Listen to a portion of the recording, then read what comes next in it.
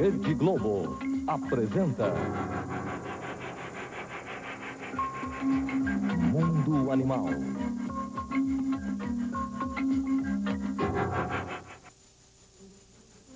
Os insetos tanto fascinam como irritam o homem desde o princípio da civilização.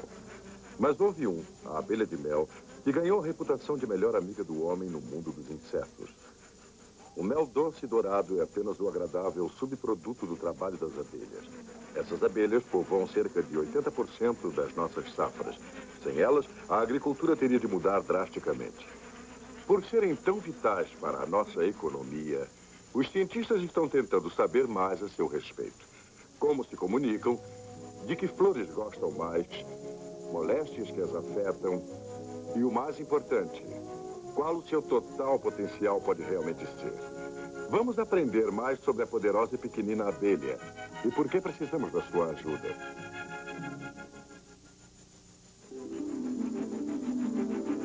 Quando o verão é quente e o perfume da natureza enche o ar, é a época da abelha de mel ir trabalhar. Como um mágico, esta notável criaturinha suga o néctar das flores e transforma-o em mel. Mais importante ainda, a abelha espalha o pólen de uma planta para outra, possibilitando que criem-se novas sementes e assim reproduzam-se.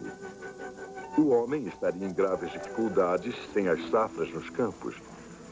É por isso que ele tenta saber o mais possível sobre as abelhas e seus métodos mágicos.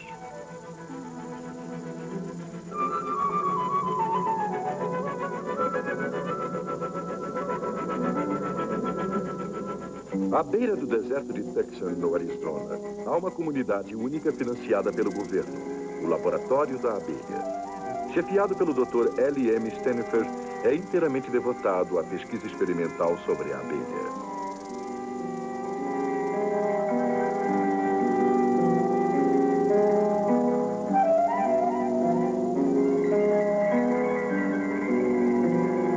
As abelhas de mel estão em apuros. Seus membros estão diminuindo. Os cientistas culpam o que eles chamam de pressão ambiental. O uso de pesticidas químicos, por exemplo, frequentemente destrói tanto os insetos úteis como os daninhos. Nem há muito mais espaço para criar abelhas com as cidades se expandindo e invadindo os campos. Com menos abelhas para trabalhar nos campos, o agricultor tem de procurar maior eficiência para polinizar as plantações. O laboratório de abelhas espera fornecer a solução. Possivelmente um novo método de criar as rainhas que aumentará o número de colônias e eventualmente mais abelhas para o campo. A sociedade das abelhas é soberbamente organizada. Como esta abelha operária que mantém o ar circulando pela colmeia em benefício das larvas recém-chocadas da rainha. Os zangões nunca estão ocupados, a menos que estejam acasalando-se com a rainha. Eles são os playboys da colmeia. O favo de mel é uma armadilha mortal para uma abelha cujo lugar não seja ali. Os estranhos são literalmente feitos em pedaços. Como convém à realeza, a rainha é criada em uma célula maior. Seu surgimento dá vida nova à colônia, pois só uma rainha pode botar ovos. Os hábitos de acasalamento da rainha são difíceis de regular. Mas aqui, no laboratório, uma seleção fornece a ela um par digno de sua condição real. H.K. Poole tem feito extensas pesquisas envolvendo a inseminação artificial da rainha. Normalmente, ela casaria em voo livre, onde houvesse zangões disponíveis. Se os zangões forem de força inferior, então os descendentes da rainha serão igualmente fracos. Para evitar tal possibilidade, o Sr. Cole usará sêmen extraído de um zangão de reconhecidas qualidades.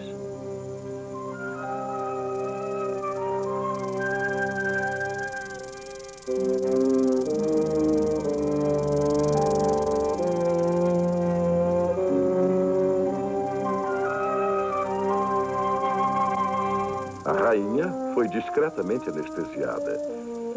Embora agora já se tenha tornado uma prática comum, a inseminação artificial é sempre uma operação delicada.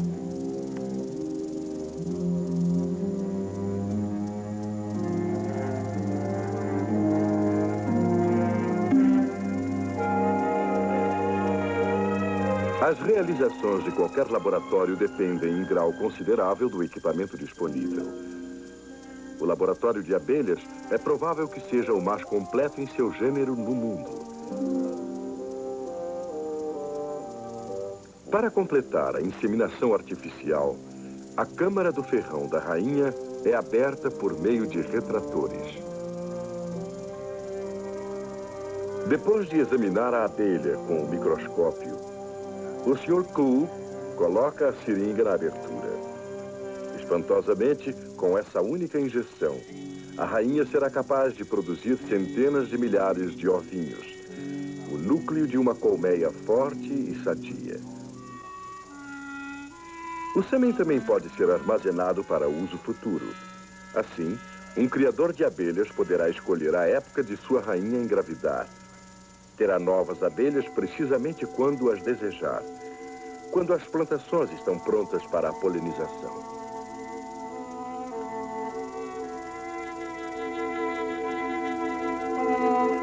Assim que se livre dos efeitos da anestesia, a rainha está pronta para botar os ovos.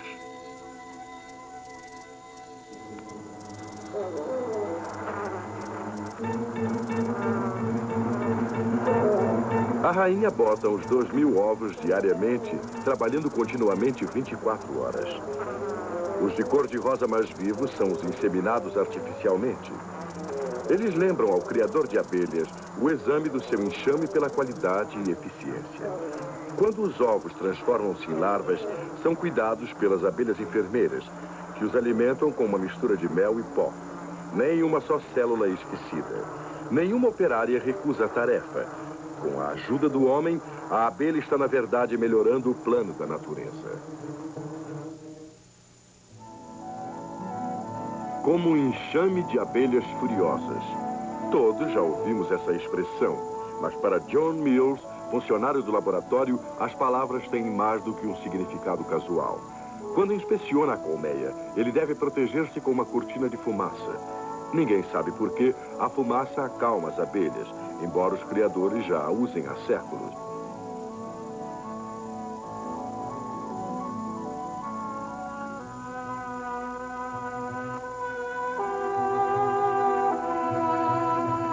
Durante muito tempo, o homem se viu frustrado para construir uma colmeia satisfatória. Parecia que a abelha insistia em grudar tudo em seu interior. Portanto, nada era removível, incluindo as abelhas. Não foi senão em meados do século XIX que um professor chamado Langstroth notou que as abelhas deixavam minúsculas passagens entre seus favos de mel. Ele incorporou o chamado espaço das abelhas no desenho de sua colmeia, e o sucesso foi imediato, a tal ponto que hoje Lorenzo Langstroth é conhecido como o pai do criador de abelhas americano.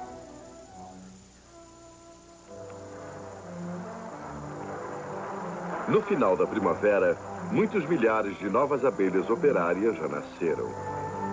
Essa força incontrolável traz usualmente mais pujança do que o necessário para manter o apiário. John recolhe o excesso de força usando faixas que raspam a substância do corpo das abelhas. Ele analisa o pólen e usa-o em experiências nutricionistas.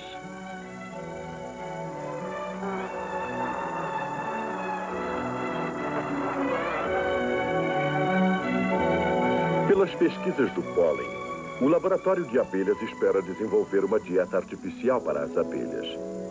E assim, em pleno inverno, a abelha poderá receber a mesma nutrição valiosa de quando as flores estão disponíveis. O agricultor será beneficiado, tendo a colônia de abelhas em força total o ano todo. Talvez até mesmo a queda da população de abelhas possa ser invertida. O segredo pode estar neste acúmulo de pólen. Portanto, vai voltar ao laboratório para mais trabalho.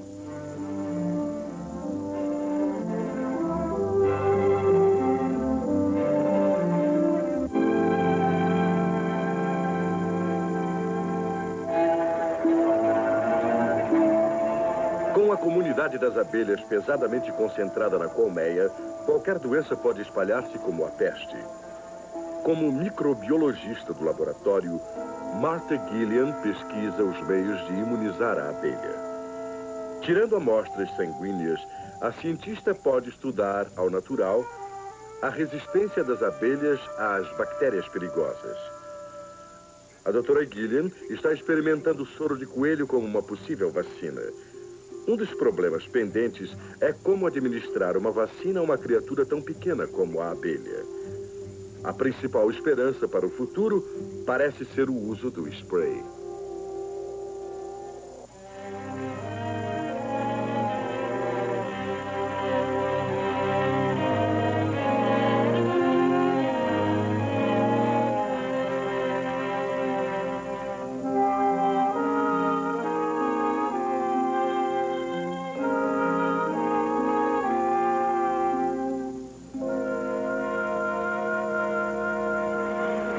Os biologistas há muito acreditam que as flores são coloridas para ajudar certos insetos a encontrarem o seu alvo. A interdependência entre a planta e o animal é um dos motivos do mundo, da mãe natureza, parecer rolar tão suavemente. A abelha pode distinguir apenas 4 cores: amarelo, azul, azul esverdeado e ultravioleta. A cor vermelho realmente parece preta para uma abelha.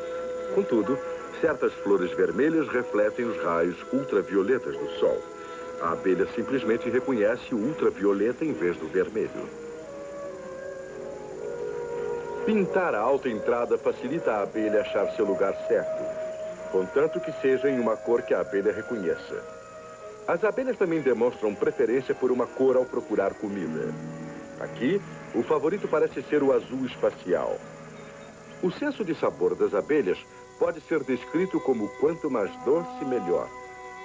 Todos os líquidos experimentados devem ter uma base de açúcar.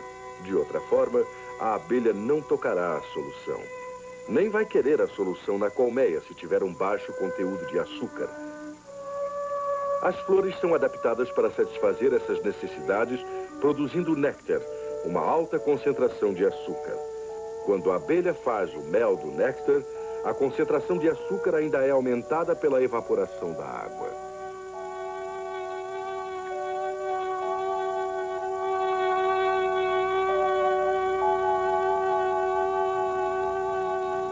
As abelhas também podem provar o que seja amargo, azedo ou salgado. A atual experiência envolve a mistura do sal em várias soluções de açúcar. O objetivo é achar uma solução que agrade a um grande número de abelhas. Tais informações podem ser muito valiosas para um agricultor que queira atrair a colônia para os seus campos. De fato, não há melhor maneira de tentar uma abelha ajudar o homem do que oferecendo-lhe uma recompensa doce.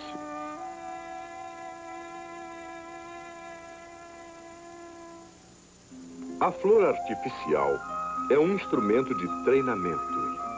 A abelha sempre acha sua solução açucarada favorita na mesma pétala da mesma cor. Com esses métodos, os pesquisadores esperam encorajar a abelha a polinizar certas safras específicas. Assim, o engenho dos homens equipara-se aos infalíveis instintos das abelhas. Isso, eventualmente, pode significar colheitas mais abundantes, graças a essa minúscula trabalhadora.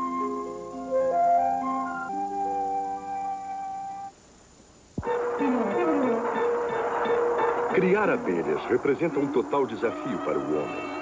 Em certas áreas de pesquisas, ele tem feito um progresso consistente. Por outro lado, certas técnicas obstinam-se a resistir às inovações. O método atual de criar rainhas originou-se no ano de 1883.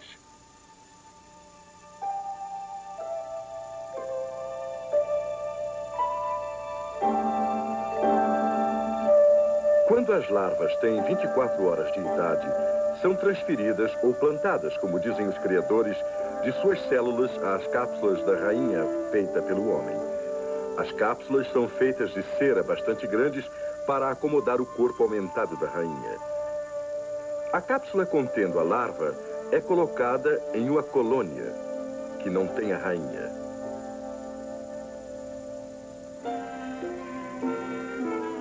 Já que a rainha é a chave da sobrevivência para a colônia inteira, as operárias aceitam a larva e prodigalizam-lhe a geleia real, que elas próprias segregam. Nessa dieta contínua de geleia real, eventualmente é produzida a abelha rainha.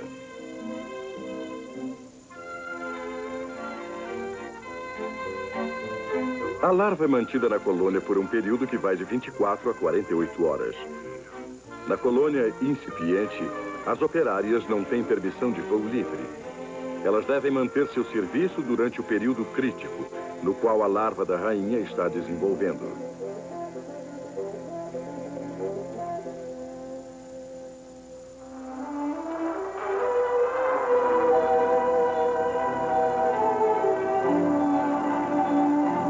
Na colônia incipiente, a larva é de novo transferida para o que se chama a colônia construtora de células. Aqui, as abelhas operárias têm permissão de voar para fora ou para dentro da colmeia, enquanto a larva continua alimentando-se com a geleia real. Quando a larva tem 5 dias de idade, a cápsula da rainha é selada com cera das abelhas. Depois de mais 5 dias, a cápsula será removida para uma colmeia especial, para esperar o surgimento das rainhas virgens. Para o criador de abelhas, tudo se resume em ficar atento, observando um rígido programa horário. Sua principal preocupação é separar as rainhas assim que elas surgem. De outra forma, elas se matarão. As abelhas parecem perceber que só pode haver uma rainha. A abelha de mel é uma artesã de primeira classe. Essas esquisitas células da rainha falam por essas fabulosas artífices.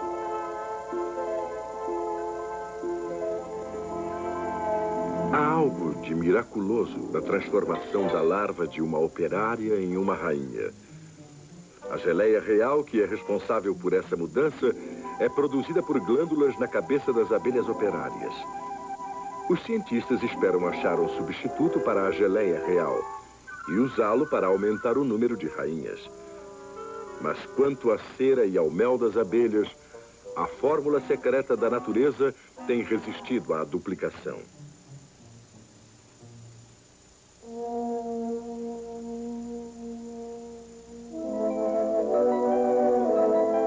Quando a abelha vai visitar as flores, geralmente permanece com uma única espécie de planta. Contudo, o homem ainda não sabe que particular odor atrai a abelha para a planta. O Dr. Gerald Loper, o biologista das plantas do laboratório, está atualmente em experiências com várias flores conhecidas por atraírem as abelhas. Para isolar os vários componentes que formam o aroma das flores, o Dr. Loper usa um instrumento chamado acromatizador.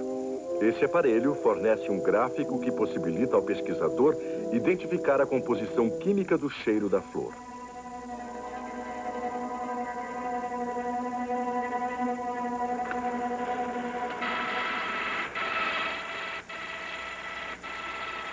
Qual é a aplicação prática de tal experiência? Bem, primeiro que tudo, os elementos químicos produzem o odor desejável para a abelha. Pode ser usado num local de alimentação artificial.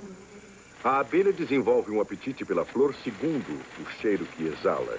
Mais tarde, a abelha pode seguir o mesmo cheiro no campo, onde polinizará a flor. Informações adicionais técnicas saem da telemáquina de escrever. Mais e mais, a ciência serve à agricultura. As abelhas comunicam-se da mais fascinante maneira. Quando uma abelha operária descobre uma fonte distante de néctar, ela regressa à colmeia e transmite a boa notícia por meio de uma dança. Os movimentos da abelha são quase como um código, fornecendo direções quanto à localização do néctar ou pólen. Outras operárias lançam-se rápido ao ar, ansiosas como sempre para enriquecer a colmeia. Para a devida pesquisa, o Dr. Henry Spangler requer uma câmara à prova de som. Ao que até agora se sabe, as abelhas não usam sons trazidos pelo ar como meio de comunicação, mas podem detectar vibrações e reagir a elas. A abelha é então removida de todas as vibrações, exceto as próprias.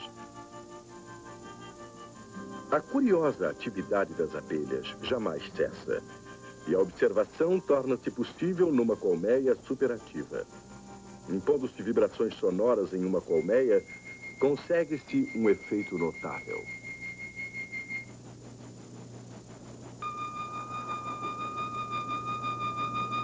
As abelhas começam e param em reação à vibração. E o homem que opera a chave telegráfica está no comando. Para o criador de abelhas do futuro, isso significa que as vibrações poderão ser usadas para controlar as atividades febris das abelhas.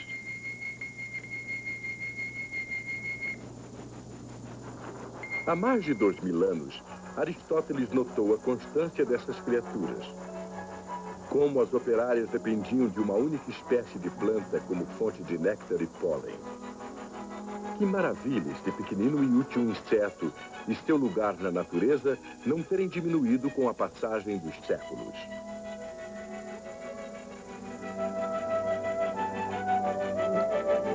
Hoje, os tranquilos arredores de Tucson, no Arizona, fervilham com as atividades e pesquisas do laboratório de abelhas, para nos informar mais do que jamais soubemos sobre nossa esplêndida ajudante, a minúscula abelhinha. As complexidades de uma abelha permanecem, de certo modo, um mistério para os cientistas. Mas eles trabalham para que um dia em que possa ser criada uma colmeia no momento preciso em que as safras estão em flor. Pois isso parece deixar a colônia sadia e livre de doenças. E a dieta organizada pelo homem possa garantir que haja sempre o alimento certo na colmeia. Em um mundo onde as espécies estão frequentemente em perigo, é confortador ver o homem trabalhando para beneficiar um dos menores membros do mundo animal. Na próxima vez que vejam uma abelha trabalhando em uma flor, parem, olhem mais de perto. É fascinante, pois sabemos como o trabalho dela é realmente importante para todos nós.